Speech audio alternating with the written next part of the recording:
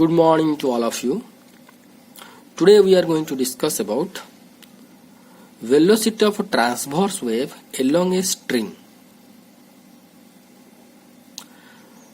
So in last class I given one G file in which if we have to plug a string like this, then a pulse will be transmitted along the string towards positive x-axis direction.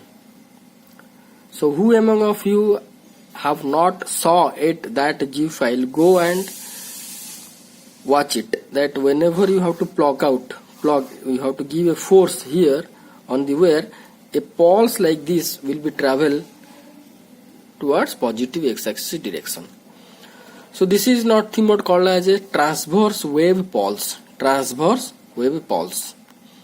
That means the particle is oscillating perpendicular to the motion of the wave or pulse.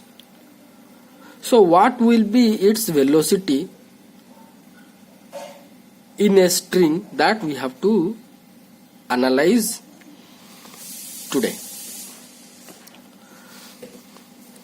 So I hope that you have been drawn this figure perfectly. So if you have any doubt on this figure, now I am going to explain. You just watch it. Here this is a pulse. If you are going to disturb the wire here,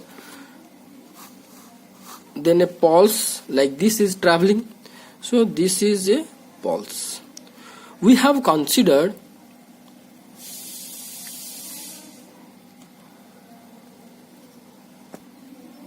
a small section A, B on this rope, A and B on this rope, and we have been considered that this pulse is like a half circle.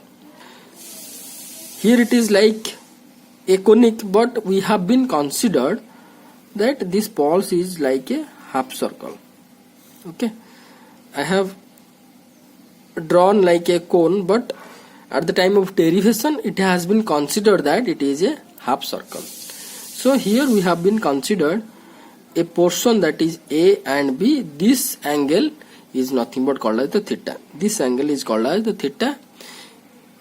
So at this point and at this point, whenever we have to draw the tangent A, this is C.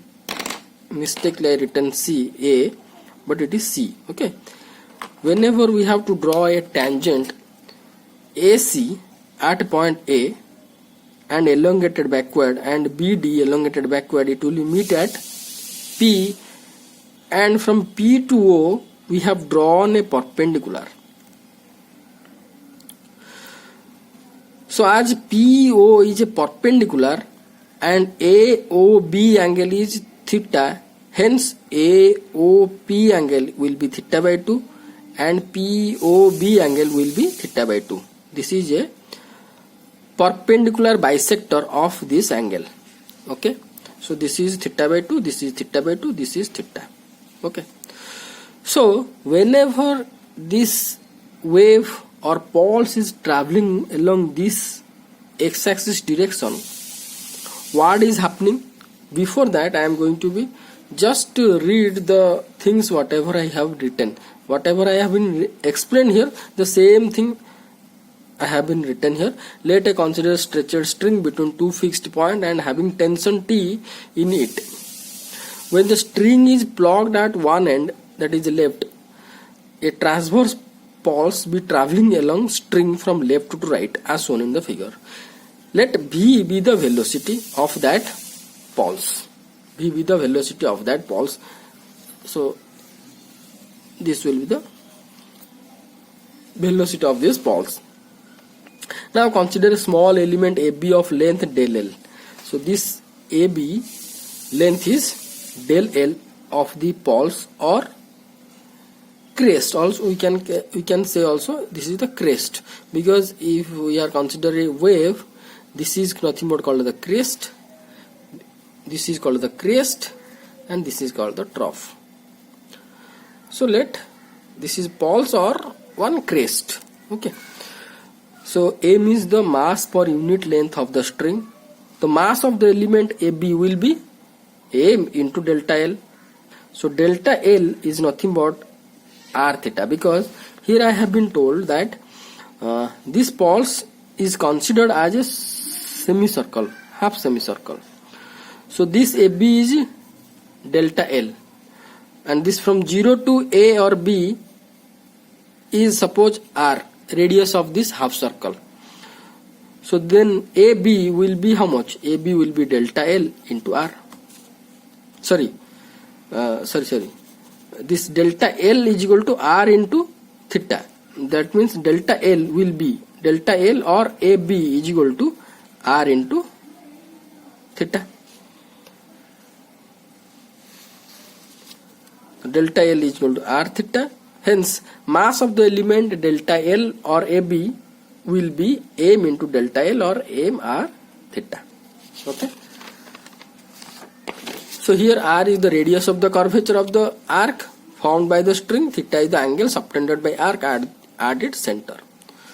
Now consider arc tends to move in a circular path that we have been discussed of radius r. Then centrifugal force is required to balance the resultant of tension T acting at A and B. This is the only sentence that you have to understand this topic. That's it. If you understood this two line, then the derivation of mathematics is very easy. What it is written? See. So when we have given a force or tension, each and every point we can found tension in different angle in different orientation. So at point T, the tension is along AC, tension at point B, tension along BD, right? So now if I am going to draw the parallel line, this one M dash, this M dash with horizontal, then obviously if this will be theta by 2, obviously this will be theta by 2, and if this will be theta by 2, then this will be theta by 2. So now the tension or the force found at A, which is along AC, is resolved into two components, along this side AM side, along AN side. AM side will be T cos theta by 2, along AN side, along AN it will be T sin theta by 2.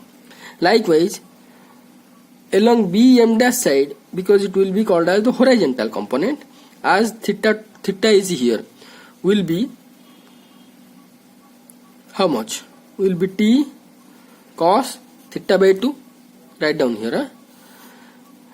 And along BN dash will be T sin theta by 2. Now each and every point we can get different amount of tension or force due to variation of angle. So here theta 2 is how much? Jetiki habo A point adi ethi ne habo theta 2 ta increase kariyo.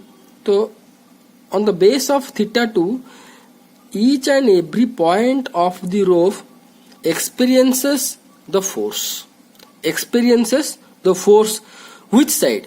Outside. See, at this point the force is outside. At this point, if I am going to consider here, the force is this side, the tangent is this side. Here the force is outside, force is this side. So the tension force each and every point is outside in this. So if outside is force and this circular pulse is moving with a balanced condition, then outside force should have to be equal inside force, otherwise it could not be balanced, because if it is outside force then it will be elongated in this way, that way. But as it is balanced with, and it is found that a pulse is moving along this direction, that means the force towards outside is the net force towards outside will be equal to the net force towards inside. That means at this point the net force towards outside will be equal to inside. So we know that whenever a particle is moving around a circle, then at any point with a constant radius means without unchanged radius, if a particle is moving on a circular path, that means at any point the centrifugal force is equal to centripetal force. Okay, the net centripetal force inward is equivalent to net centrifugal force. That's it. So as we have considered here, it is a circular trend, and this circular trend or the pulse without undistorted moving along x-axis, that means outside force or the so-called centrifugal force, CF, is equivalent to inside centripetal force each and every point. So if we have to consider at point A, the outside force is or the tangential force is T, or the component is T cos theta by 2, that will be, and this will be T sin theta by 2. So if we are going to consider A and B, only these 2 points, at these 2 points the outside force is T cos theta by 2, and the inside force is T sin theta by 2, This T sin theta by 2 and T sin theta by 2 inward is nothing but called as the centripetal force. So same thing it is written, the centripetal force, that means inward force, is required to balance the resultant tension T acting at A and B. The resultant tension means outside force A and B will be balanced to the centripetal force at A and B. Okay. So at A and B, the tension acting along AC and BD, AOB is equal to theta. Now we have to derive according to this concept. Centripetal force is equal to resultant tension acting at A and B. So for that we have to consider AOB angle. AOB angle is theta, and then AOP angle will be theta by 2. You can check your figure. MAC angle is theta by T. That implies MAC will be theta by 2. Jadi AOP will be theta by 2. Hence MAC will be theta by 2. Okay. The T can be resolved along AC and BD into horizontal component and vertical component. Then T is resolved in along AM along AM, and another is AN. One is horizontal, another is vertical.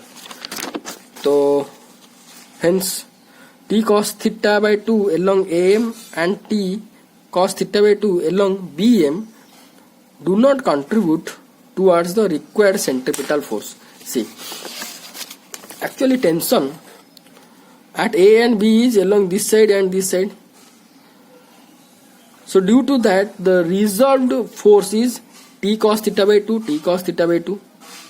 At point B, the horizontal component along this side and along this side, these outside forces are themselves balanced with each other. So centripetal force, for the centripetal force or inward force, two forces we found which is parallel with each other, that is AN along AN and BN which is inward and which will be required, or which is the sum of these two force will be called as the so-called centripetal force. So that T cos theta along T sin theta along not contribute towards the required centripetal force, but T sin theta by 2 and T sin theta by 2 both are vertical downward. or vertical downward, or you can write here centric towards center,